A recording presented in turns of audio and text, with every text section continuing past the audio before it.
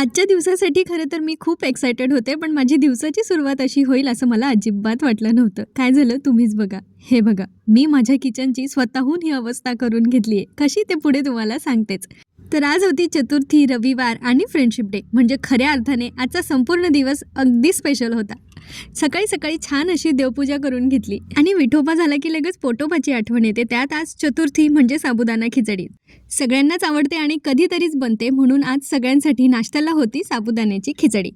तुमच्यापैकी असं कोण कोण करतं की उपवास तर करत नाही, पण साबुदाणा खिचडी खायला मात्र त्यांचा पहिला नंबर असतो. अक्षू काल रात्रीपासून कामाला लागली होती. मी तिला म्हटलं की तुझ्या फ्रेंडसाठी तुला फ्रेंडशिप बँड घ्यायचे असतील तर चल माझ्यासोबत, आपण घेऊया. मार्केटमध्ये छान छान येतात आता. पण नाही, तिला स्वतःच्या हाताने बनवलेलेच फ्रेंडशिप बँड तिच्या फ्रेंड्सला द्यायचे होते. म्हणून तिच्या डॅडासोबत बाजारात जाऊन त्याच्यासाठी लागणारं सगळं रॉ मटेरियल घेऊन आली आणि घरी येऊन ही सगळी कलाकुसर करत बसली.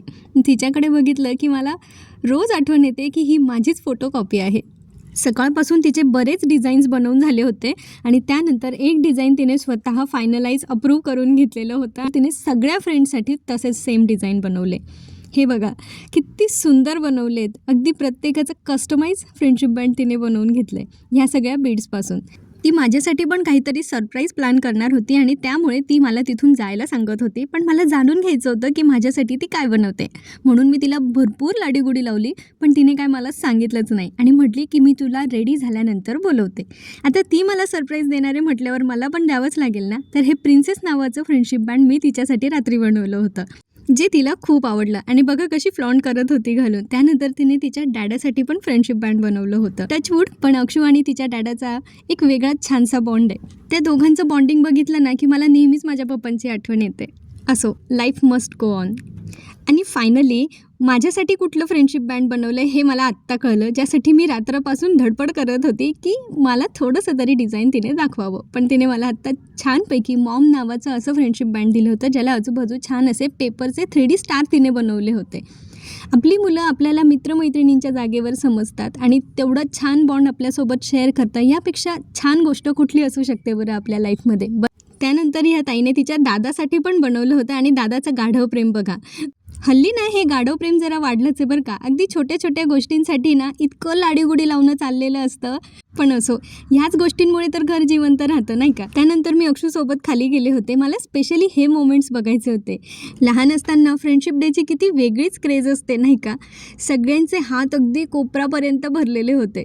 मी ना गर्ल्स स्कूलला होते आणि आमची स्कूल तशी स्ट्रिक्ट होती बाकी डिसिप्लिनच्या बाबतीत. त्यामुळे आम्हाला फ्रेंडशिप बँड वगैरे अजिबात अलाउड नव्हते. आम्ही जरी बांधले ना तरी थोड्या वेळाने फिजिकल एज्युकेशनचे टीचर येऊन ते कट करून टाकायचे. पण तरी पण आम्ही हातभर फ्रेंडशिप बँड घेऊन थोडा वेळ का असे ना ते छानपैकी फ्लॉन्ट करत असायचो. आणि एखाद्या मैत्रिणीने फ्रेंडशिप बँड नाही बांधलं तर आपल्याला वाटायचं की ही आपली मैत्रीण नाहीच आहे का. म्हणजे छोट्या छोट्या गोष्टीतही आपण किती वेडे असतो लहानपणी नाही का. दुपारच्या वेळेत बघा इकडे यांचं स्कूल खेळणं चाललं होतं. ताई बनली होती टीचर आणि ईशान होता स्टुडंट. तो आता ताईला सगळे राईम्स आणि बाकी सगळ्या पोएम्स बोलून दाखवत होता. माझ्यासोबत एवढा डिसिप्लिनमध्ये काहीच करणार नाही, पण ताईसोबत मात्र सगळं काही अगदी शिस्तीत चालतं. यांचं एक वेगळंच विश्व आहे दोघांचं. त्यानंतर दुपारच्या जेवणामध्ये आज होते डोसे आणि बटाट्याची भाजी. कारण आम्ही जेवणार नव्हतो त्यामुळे मुलांसाठी एवढं सफिशियंट होतं. म्हणजे आपण इतके मॅच्युअर झालो आहे ना, असं वाटायला लागलं आहे आता की डोश्याचं बॅटर छान फर्मेंट झालं ना तरीसुद्धा अर्ध जग जिंकल्यासारखं होतं. डोश्यासोबत होती छान अशी येलो बटाट्याची भाजी. आणि त्याच्यानंतर आज काम कमी होतं जरा स्वयंपाकाचं, पण कसं चालणार नाही का. म्हणून मी स्वतःहून काम वाढवून घेतलं आणि दळण करायचं होतं, त्यासाठी गहू निवडायला घेतले. आता मी काही काम करते म्हटल्यावर हे दोघं तिथे येणार नाही असं कसं होणार. मग ते माझ्या मदतीला आले. आज सुट्टीचा दिवस होता आणि आम्हाला एका गोष्टीची खरेदी करायची होती, त्याचसाठी आम्ही जरा बाहेर गेलो होतो. आता मी काय घेतलं हे मी तुमच्यासोबत लवकरच शेअर करेल. बरं, ज्या गोष्टीमुळे माझं किचन खराब झालं होतं ती रेसिपी आता मी तुमच्यासोबत शेअर करणार आहे. तर मी आज बनवणार आहे शेवग्याचं सूप. आपण जनरली काय करतो, शेवगा शिजवतो आणि मग त्याचं सूप मुलांना देतो. पण हे सूप तुम्ही करून बघा, ट्रस्ट मी, तुमची मुलं जर शेवग्याच्या शेंगा खायला कंटाळा करत असतील ना, तर हे सूप ते आवडीने पिणार आणि तुम्हाला पुन्हा पुन्हा बनवायला लावणार.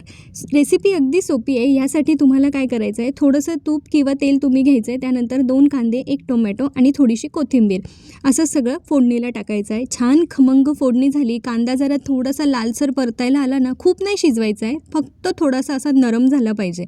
हे झालं की मस्त त्याच्यामध्ये शेवग्याच्या शेंगा धुवून घ्यायच्या, त्यांची सालं आपण जशी नेहमी काढतो त्या शिरा वगैरे काढून घ्यायच्या आणि त्याच्यानंतर ह्या सगळ्या फोडणीमध्ये शेवग्याच्या शेंगा टाकायच्या. त्यानंतर थोडं मीठ टाकायचं. तुम्हाला हवं असेल तर तुम्ही मिरेपूड पण याच्यामध्ये टाकू शकतात किंवा थोडाफार ओवा पण घालू शकतात. थोड्याशा शेंगांना शिजू द्यायच्या, म्हणजे छान तेलामध्ये परतवू द्यायच्या आणि त्याच्यानंतर त्याच्यात पाणी टाकायचं. तुम्हाला जितक्या लोकांसाठी पाणी घ्यायचं असेल तेवढ्या वाट्यांचं प्रमाण तुम्ही इथे घेऊ शकता. शेंगा शिजायला फार पाणी नाही लागत, त्यामुळे तुम्हाला जितके वाट्या सूप करायचं असेल ना, त्यापेक्षा अगदी थोडंसं पाणी त्याच्यात जास्त घालायचं आहे. त्यानंतर कुकर लावून द्यायचा आणि 4 ते 5 शिट्ट्या घेऊन घ्यायच्या, म्हणजे शेंगा ज्या आहेत ना त्या पूर्ण गाळ होईपर्यंत छान शिजतात. त्यानंतर कुकर गार होऊ द्यायचा आहे. शेंगा बघा इथे अगदी हाताने दाबल्या तरी दाबल्या जात आहे, इतक्या छान मऊ शिजलेल्या आहेत, म्हणजे त्यांचं पूर्ण गाळ झाला ना तरी पण चालेल. आता हे मिश्रण जे आहे हे पूर्णपणे गार झालेलं आहे. गरम गरम मिक्सरला लावू नका, नाहीतर मग मिक्सरच्या भांड्यातून ते बाहेर येईल आणि मिक्सरही खराब होतं. मी पूर्ण गार झाल्यानंतर शेंगा मिक्सरला फिरवल्या, पण माझ्याकडून चूक अशी झाली की जे रबर असतं आपल्या झाकणाला ते मी लावायला विसरले आणि त्यामुळे हा सगळा पराक्रम झाला. त्यानंतर मला किचन संपूर्ण आवरून घ्यावं लागलं आणि मग मी इथे सूपची पुढची रेसिपी केली. आता हे जे मिश्रण आपण मिक्सरमधून पूर्ण बारीक करून घेतलं होतं, याला एका चाळणीने किंवा तुम्ही वस्त्रगाळ पण करू शकता, असं छानपैकी चाळून घ्यायचं, म्हणजे त्या शेंगांच्या ज्या शिरा आहेत ना त्या खाताना आपल्या तोंडात येणार नाही. त्यानंतर हे सूप छानपैकी गरम करून घ्यायचं.